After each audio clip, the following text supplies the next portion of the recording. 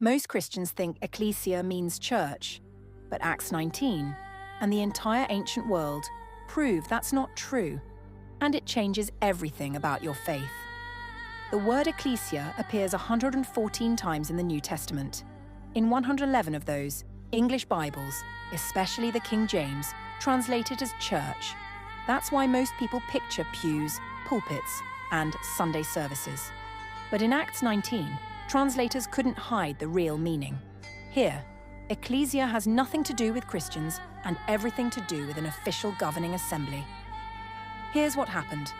A silversmith named Demetrius was furious. Paul's preaching was turning people away from Artemis worship, and idol sales were collapsing. He stirred up his fellow craftsmen and caused an uproar. But the text says plainly in verse 32, the Ekklesia was in confusion, and most of them did not even know why they had come together. That detail is huge. The craftsmen were the instigators, but the Ekklesia was the convened city council, and most of its members had no clue why this emergency meeting was happening.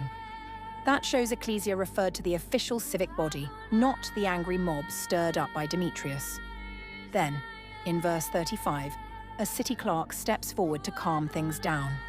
This confirms it wasn't just chaos, this was an official assembly.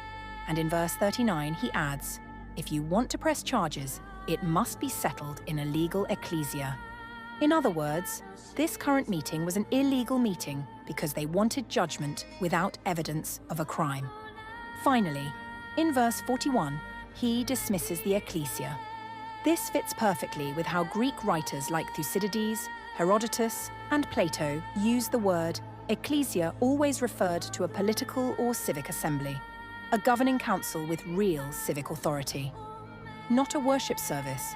So when Jesus said in Matthew 16:18, I will build my Ekklesia, he wasn't starting a religion. And he didn't just mean an assembly. He was establishing the government of heaven on earth, a ruling council of ambassadors, you and me, called to legislate in the Spirit and push back darkness with heaven's culture. So why do our Bibles keep saying church? Because King James ordered translators to use the word church. He wanted believers in state-run churches led by clergy on the Crown's payroll, not awake to their true calling as rulers with Christ. And that's why so many Christians today struggle with boredom. They think faith means going to an assembly once a week, singing a few songs and waiting to go to heaven someday. But that was never God's plan. Jesus declared, the kingdom of heaven is at hand. That means now. His Ekklesia isn't a Sunday service, it's you and me. We were not saved to sit.